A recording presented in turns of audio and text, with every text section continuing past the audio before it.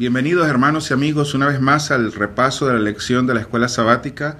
Hoy vamos a repasar la lección número 2. Les habla Alexis González y Geraldo Lozano. Nosotros somos laicos de la Iglesia Adventista de Richardson. ¿Qué tal, Geraldo? ¿Cómo estás? ¿Qué tal, Alexis? Aquí feliz de poder estar participando. Hola amigos, ¿cómo están? Esperamos que estén pasando una linda semana y pues aquí estamos para repasar esta lección que es bien interesante, con muchos detalles y muchas cosas que ver. Seguro, seguro. El título de la lección es Conservar las relaciones y yo básicamente quisiera pensar en que vamos a aprender cómo mantener las relaciones. En el caso A lo largo... Ajá. En el caso de Pablo, vemos que Pablo era entregado a la obra, entregado a su ministerio y entregado a las almas. Y la verdad que yo he sido bastante impresionado esta semana porque cómo un ser humano puede mostrar tanto amor por las personas a quienes él les enseñaba. A medida que uno va leyendo la lección, hay áreas donde pareciera de que el título Relaciones no es parte de la lección, pero si uno es cuidadoso, uno se va a dar cuenta que realmente toda la lección de esta semana está abarcando cómo las relaciones son importantes en todo ámbito de la vida y por supuesto en el ámbito de la evangelización. Claro que sí. Vamos a ver el versículo de memoria, Geraldo. Se encuentra en Primera de Tesalonicenses capítulo 2, versículos 19 y 20. Dice así: ¿Por qué? ¿Cuál es nuestra esperanza o gozo o corona de que me gloríe? ¿No lo sois vosotros delante de nuestro Señor Jesucristo en su venida? Vosotros sois nuestra gloria y gozo. Y el pensamiento clave me encanta también leerlo. Dice: la verdadera evangelización conduce a relaciones que duran en el tiempo y la eternidad.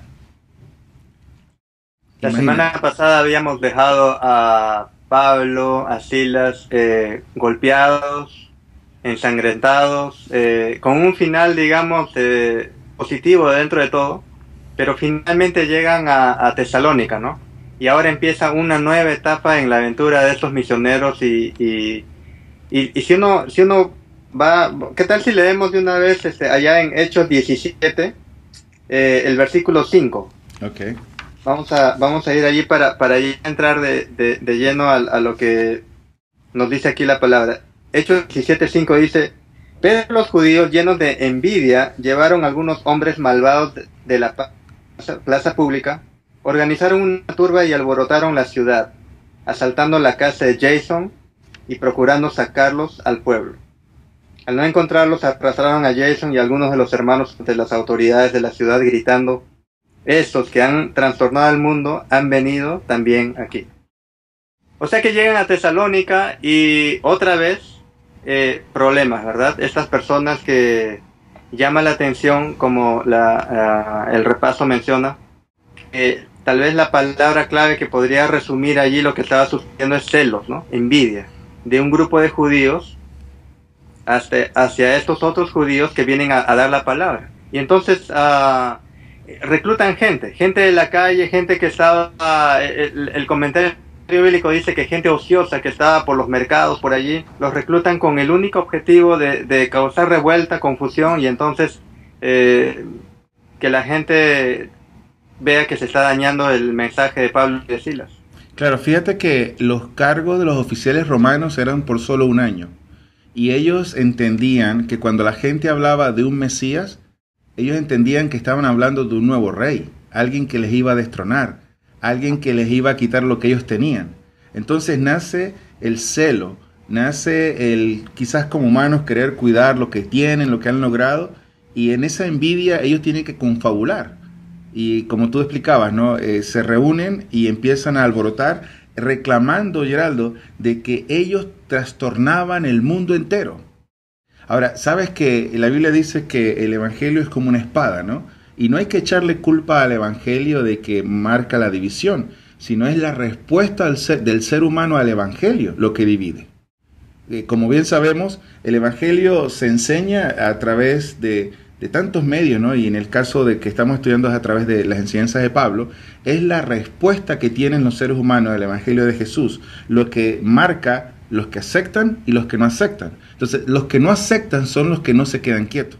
Los que no aceptan se sienten señalados, se sienten amenazados, en este caso porque pensaban que hablaban de un nuevo rey y pues van contra Pablo, Silas y los que predican. Si bien es cierto que en Filipos ellos habían sido llevados a los magistrados y allí sin ningún juicio los habían azotado, en Tesalónica había dos tipos ¿cómo se podría decir? Dos maneras de poder llevar a la gente a juicio. Y una era el juicio del pueblo y otra era el juicio de los magistrados. Entonces, cuando en el versículo 5, al final dice que procuraban sacarlos al pueblo, en realidad está queriendo decir de que había este tipo de tribunal del pueblo que no tenía mucha ley en sí y que podían tomar en sus manos la facultad de poder apedrearlos o hacerles algo mayor daño. Lo bueno que no los encuentran, pero sí encuentran a Jason, que los estaba hospedando, y a ellos sí los tratan de una manera, digamos, más legal, los llevan con los magistrados. De todas maneras, la manera de reaccionar de los magistrados de Tesalónica es más precavida, probablemente se podría decir un poco más civilizada. Los ponen en la cárcel, pero de todas maneras ellos tienen la opción de pagar una fianza para que puedan salir, ¿verdad? Pero y finalmente no lo voy a tocar a Pablo y a Silas. Ahora, ¿sabe Geraldo, algo que también veo? Que Pablo y Silas llegan a Tesalónica como misioneros a creer que el evangelio sea predicado, a desarrollar iglesias, a esparcir el evangelio. Pero ellos, por la persecución que recibieron, yo me atrevería a decir que tuvieron éxito en lo que estaban buscando. Porque Jesús fue acusado. Y obviamente que la predicación de Jesús era una predicación que llegaba a los corazones, era bien recibida. Entonces, el hecho de que el evangelio haya llegado crea esta conmoción, pero no sé, me da la impresión de que él encontró corazones receptivos para el evangelio ahí en Tesalónica. Por eso fue tanta provocación, ¿no? Y puede ser también de que todo este tumulto y provocación incluso haya sido para bien finalmente. Claro. Porque con tanta conmoción en la ciudad, los que no hubieran escuchado así, sin que hubiera todo este alboroto, se dieron cuenta que algo sucedía y entonces escucharon el mensaje de alguna manera. Y fíjate que él sabía el precio que estaba pagando, porque lo vimos en Filipos.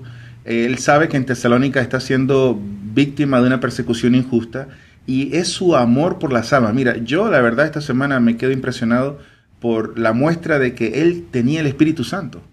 Él tenía un amor. Mira, ¿sabes que una vez estaba leyendo, Geraldo, y decía que los motivos que generalmente dominan al ser humano son el del egoísmo y el del amor? Entonces el egoísmo sabemos todo lo que es, lo que lleva lo que yo quiero, cuando yo quiero, lo que a mí me place, todo lo que donde yo soy el centro de atención. Pero el amor tiene como centro de atención al prójimo. Entonces yo veo que Pablo entrega su vida por amor a la obra, por amor al prójimo. Y él desea tener buenas relaciones, relaciones amistosas con los hermanos. Ahora, una vez expulsado de Tesalónica, él sale, pero las relaciones se mantienen. Las amistades, la hermandad se mantiene. Y eso lo vamos a ver más luego en las lecciones, solo prueba. Pero él sale dejando amistades. Ahora, la lección decía, Geraldo, que más importantes son las personas a quienes evangelizamos que el mismo proceso de evangelizar. O sea, son las personas el centro. Y Pablo lo tenía bien claro. Por eso es que para él, las almas era algo bastante precioso. Y tanto es así de que el mismo método no se usa para todas las personas. Claro. Mientras que unas personas aceptan el evangelio por un lado, otras personas lo van a hacer por otro lado. Claro. Esta persecución que tuvieron estos misioneros, Pablo y Silas, la lección lo resume en dos maneras, ¿no? La primera, provocada por celos, por envidia, y lo que acabamos de decir, ¿no? Pero la segunda es que algunos miembros de la iglesia nueva en Tesalónica pareciera de que estaban teniendo actitudes, ¿cómo diríamos? Poco cristianas, poco ortodoxas. Pablo llega a escribirles y se nota en la carta que les escribe, les llega a decir de que no deben intrometerse en asuntos ajenos, que deben conservar la cordura siempre, trabajar tranquilos, vivir de manera pacífica, lo cual da a entender de que de alguna manera algunos de los miembros de la iglesia estaban teniendo problemas no solamente dentro de la iglesia, sino en la sociedad. de tal manera que ellos de alguna manera provocaban la persecución también. O sea, provocaban eso fue en Berea, ¿no? Ajá. Sí. Ahora, una vez estando en Berea, que habíamos comentado hace un ratito antes de empezar a grabar, a 80 kilómetros de distancia de Tesalónica.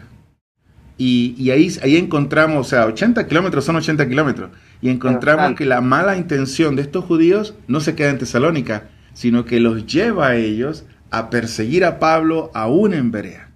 Y estamos hablando de una época en la que no había autopistas, mucho menos automóviles. Y cómo, hasta dónde llegaba ¿cómo diríamos? Las malas intenciones de estas personas de caminar estas 80 kilómetros y organizar otra vez una revuelta, buscar la gente que se prestaba para ello, todo con tal de dañar el evangelio, básicamente por celos y envidia de Pablo y de Silas. Claro, claro. Pero el Señor encuentra a través de Pablo como mensajero corazones receptivos en Berea, porque aunque habían judíos de Tesalónica persiguiéndolos a ellos, habían también judíos en Berea que estaban receptivos al evangelio. Y era algo grande porque el evangelio se estaba esparciendo.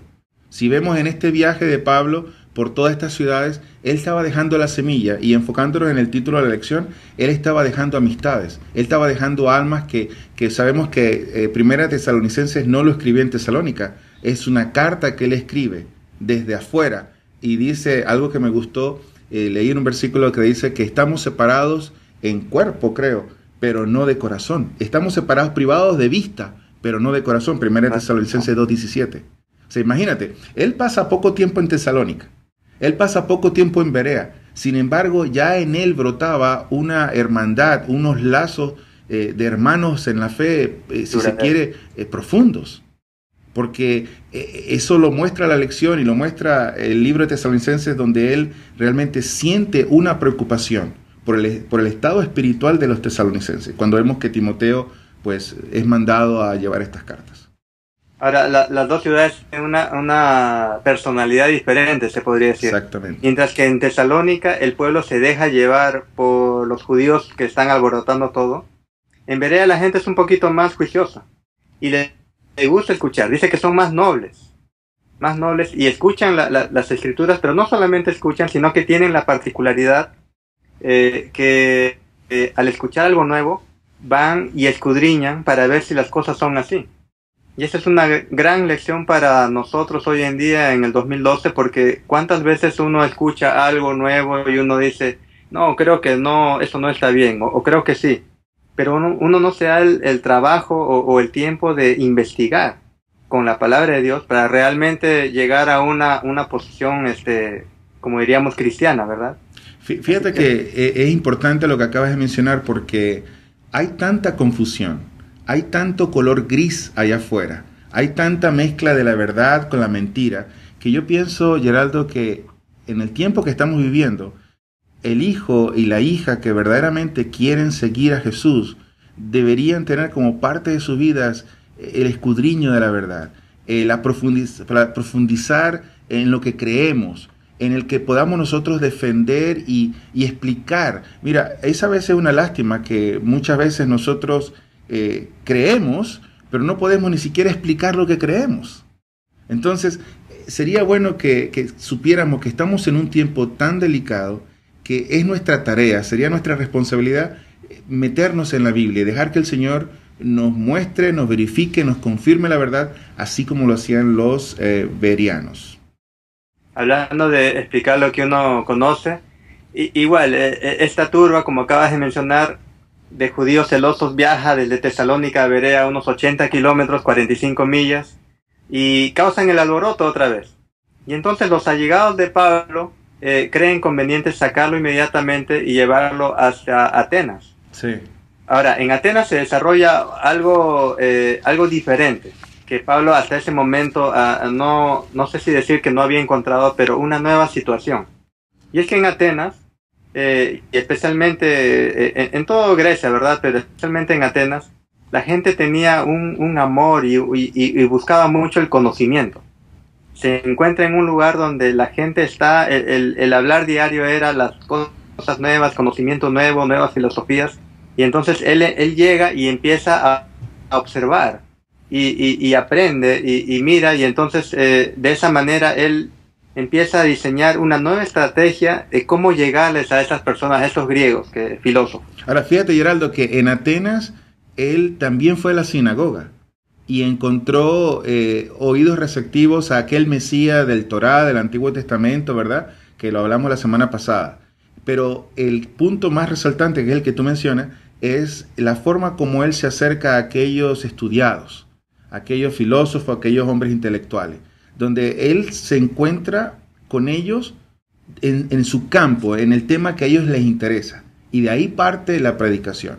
No es que él busca un punto, si se quiere, de interés común. Para él, el Dios de la creación es muy importante, pero para ellos, por aquel Dios desconocido que ellos adoraban, ni siquiera sabían a quién adoraban, él conectó con un punto de interés de ellos. Y eso muestra cómo él era inteligente, era conducido por el Señor para que su acercamiento sea el más correcto.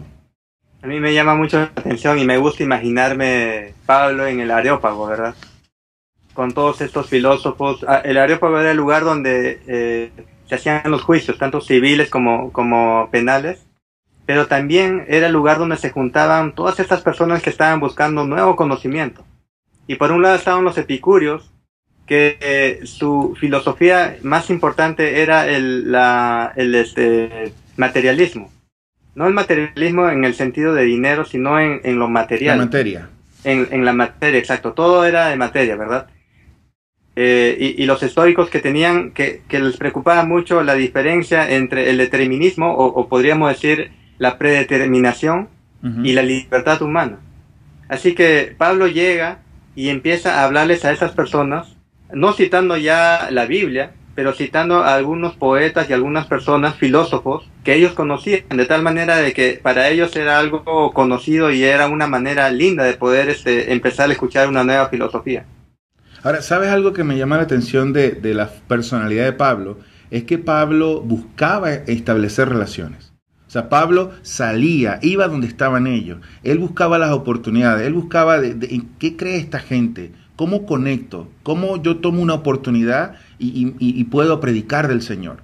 Y es algo, Geraldo, que nosotros hoy en día deberíamos practicar, ¿no? Obviamente no todo el mundo es igual, no todo el mundo se encuentra en el mismo sitio, y deberíamos nosotros buscar oportunidades y tratar de encontrarnos en el sitio donde ellos se encuentran. Y me refiero a creencias, me refiero a estatus socioeconómico, todo juega un papel. Y de alguna forma ser nosotros portadores. Fíjate, Geraldo, si yo pudiese tener la oportunidad de estar en esos tiempos de Pablo y preguntar ¿qué creen ustedes de Pablo? A la gente que lo escuchaba o sabía de él, ¿qué hubiesen dicho? Predicador. Él es oportunista, en cualquier momento se mete a una ciudad y abre una iglesia y predica de Jesús y predica del Mesías. De alguna forma hubiese habido un concepto de que era un predicador. Entonces yo me pregunto, Geraldo, ¿qué dice la gente de Alexis? Porque yo tengo la misma verdad que él, yo tengo el mismo llamado que él. Entonces, si yo no tengo ningún tipo de calificativo de que yo busco la oportunidad, también hablo de Jesús, también promuevo relaciones, y quizás es para ponerse a pensar. Y la manera como él se adapta a circunstancias y a personas de diferente nivel económico y social y todo, ¿no? Como a los judíos les predica de una manera, a los griegos de otra manera, pero la finalidad y el objetivo final era el mismo. Pienso, ¿no? O sea, hace poco un amigo me decía, si vas a ver, si quieres testificar con un muchacho de 20 años, por poner un ejemplo. Es un buen punto. Que todo le guste, que solamente le gusta el fútbol. Para poner un ejemplo, ¿no? Tengo que saber algo de fútbol. Tengo que enterarme cuál es su equipo preferido, cuáles son sus jugadores preferidos. De alguna manera tengo que tener algún acercamiento con esta persona, de tal manera que haya algo en común, y entonces de allí ese puede ser usado como un punto de partida. Claro. Y estoy hablando de uno de 1000 ejemplos que pudiera haber, ¿verdad? Claro, pero sí. Si uno quiere tener la misma tijera para cortar todas las telas, no va a ser muy efectiva la manera como vamos a testificar. Claro, eso también lo debemos saber, que está encerrado en no tergiversar algún principio bíblico, alguna doctrina, sin tocar claro. esos límites. Ahora fíjate, Geraldo, cuando él empieza a hablar con estos filósofos, una vez que empezaron a profundizar un poco más, ellos se incomodan y lo dejan.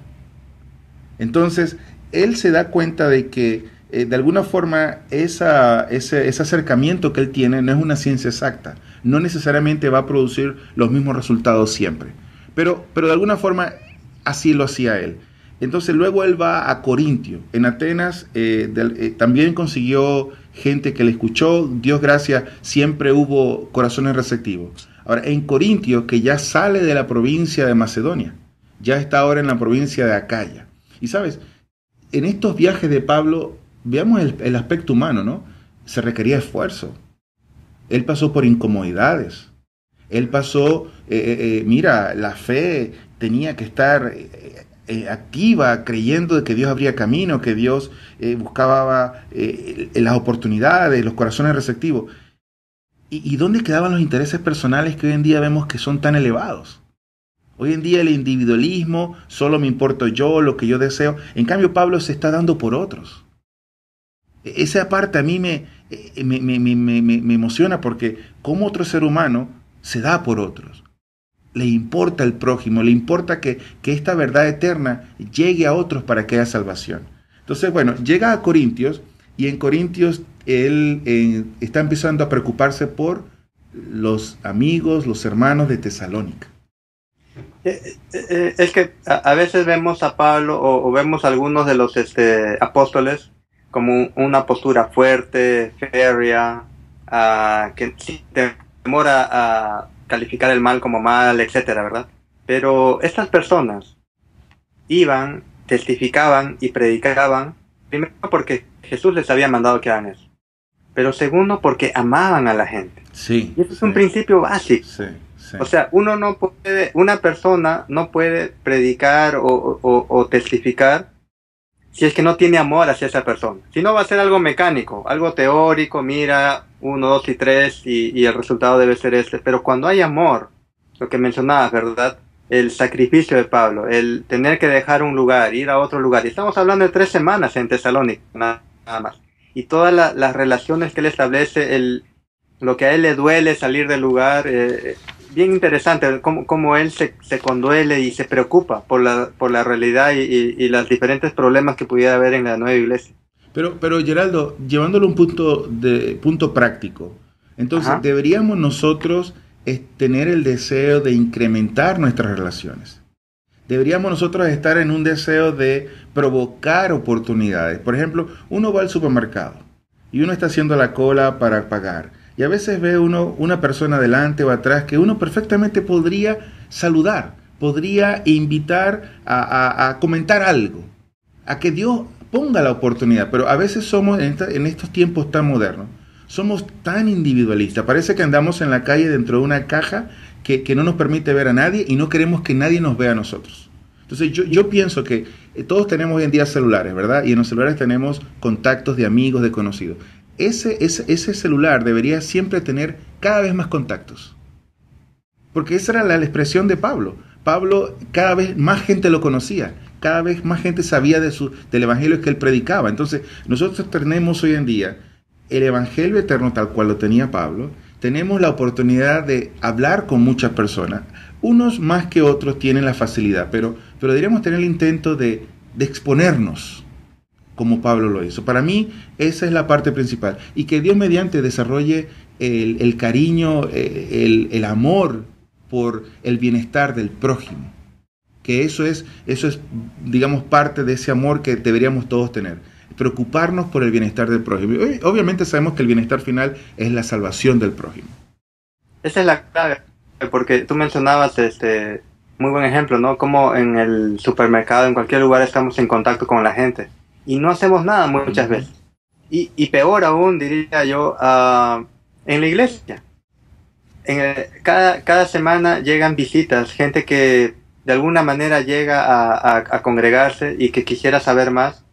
Y muchas veces, lamentablemente, los pasamos por alto, porque no los conocemos muy bien, les damos una cordial bienvenida, pero ahí queda, cuando podrían ser personas con las cuales podríamos iniciar relaciones, iniciar algo con lo cual más adelante podríamos presentar el Evangelio de una manera más adecuada, ¿no? O sea, todo se basa en cuanto al interés que tiene una persona en un alma. Claro. En cuanto a cómo una persona está dispuesta a negarse a sí mismo o a negar algo personal con tal de poder llegar y poder invertir en otra persona. Y no solamente que hemos ya hablado de desarrollar nuevas amistades, nuevas relaciones, sino mantenerlas. Porque vemos a Pablo ahora estando en Corinto, que apenas él supo que Timoteo le traía buenas noticias sobre el estado espiritual de la iglesia, de los hermanos de Tesalónica, entonces él se siente, pues como dice el día jueves, ¿no? Su corazón se abre y él escribe Primera de Tesalonicenses, la primera carta, donde él muestra su satisfacción, donde él muestra una vez más el cariño que tenía por aquellos al saber que su estado espiritual estaba igual o inclusive mejor. Eso es amor genuino. Para ser exacto, voy a leer esta parte que está al final de la lección, página 152 de Testimonios para la Iglesia. Dice: si nos humilláramos delante de Dios y fuésemos bondadosos, corteses, compasivos y piadosos, habría 100 conversiones a la verdad donde ahora hay solo una. ¿Tú te imaginas? O sea, 100 donde hay una, solamente por ser más bondadoso, más amable, más cortés, más piadoso. Pero dice, aunque profesamos estar convertidos, llevamos en nosotros un atado de egoísmo que consideramos demasiado precioso para desecharlo. Es nuestro privilegio, sin embargo, depositar esta carga a los pies de Cristo y tomar en su lugar el carácter y la semejanza de Cristo. El Salvador está esperando que lo hagamos. O sea, qué diferente sería mi vida, ¿no? Para empezar. Y probablemente muchas vidas. Si es que pudiéramos perseguir un objetivo de una manera, con estrategia, ¿verdad? Como mencionábamos antes. De una manera objetivizada. De tal manera que esto sale de una persona para poder llevar el mensaje a otro. Claro. Fíjate que hay unas dos líneas que quiero leer también, como tú, que son poderosas. Dice en el día jueves, dice: Pablo no está satisfecho con ser salvado. Quiere evidencias de que su vida marcó una diferencia para el reino de Dios. Qué bonito, ¿eh? O sea, su salvación, que sería, podríamos decir que podría ser algo egoísta, ¿no? Ya yo estoy salvo, ya acepté a Jesús. No. Él ahí apenas empieza. Entonces él está queriendo que la salvación que él ya tiene por aceptar a Jesús, ahora otros también la tengan. Entonces es ahí donde, ya lo hemos dicho, él se despega de ese egoísmo humano, él se ve por las obras que él da, que tiene amor por el prójimo. Y fíjate, el Evangelio, el Nuevo Testamento dice que si por algo nos van a conocer que somos cristianos, por el amor que nos tenemos unos a otros. Y yo, para mí es un ejemplo ver la entrega de Pablo, es un ejemplo ver cómo él desarrolla y mantiene relaciones y muestra su amor, cómo él da su vida, su tiempo. Y Geraldo, mira, muchos de nosotros tenemos familia, tenemos hijos, ¿verdad? Tenemos trabajo, la escuela, la iglesia. Podemos tomar 1 hora a la semana, 2 horas a la semana para empezar. Hacer algo que no sea para nuestra conveniencia. Buscar el bienestar de otra persona. Buscar ser medios de llevar el Evangelio en cualquiera de sus formas. Puede ser visitando, puede ser animando, puede ser de entregar una lección, una revista, un video, pero hacer algo por lo demás. O ¿sabes? Otro buena meta que podemos tener, Geraldo, es: ¿qué tal si dijéramos, en este mes de julio voy a ser un nuevo amigo, una nueva amiga? Voy a exponerme. Mi número de contactos en el celular lo tengo en 30. Bueno, el mes de julio, Dios mediante, va a estar en 31 o en 32, porque quiero ser un mensajero. Ojalá que esa sea la intención. Es mi intención. Ojalá que Dios nos ayude en ese sentido. Y como dice la lección esta semana, ¿no? Todo es relaciones. Exactamente. Relaciones. Y cuando hablamos de relaciones estamos pensando a ser más cariñoso, más compasivo, buscar el interés de otras personas, ya no el mío nada más, sino buscar el de otra persona, que otra persona pueda conocer de Cristo. Y solamente hay muchos que van a conocer únicamente si los buscamos. Claro. Así que es allí donde está nuestra tarea, nuestro llamado, ¿verdad? nuestro llamado de esta semana. Quiera Dios, Geraldo, que podamos nosotros aprender esta semana de cómo crear y conservar relaciones, que pueda marcar una diferencia en nuestra forma de vivir y pues nos vemos la próxima semana para la lección número 3. Exactamente. Bendiciones y también a nuestros amigos. Que Dios les bendiga.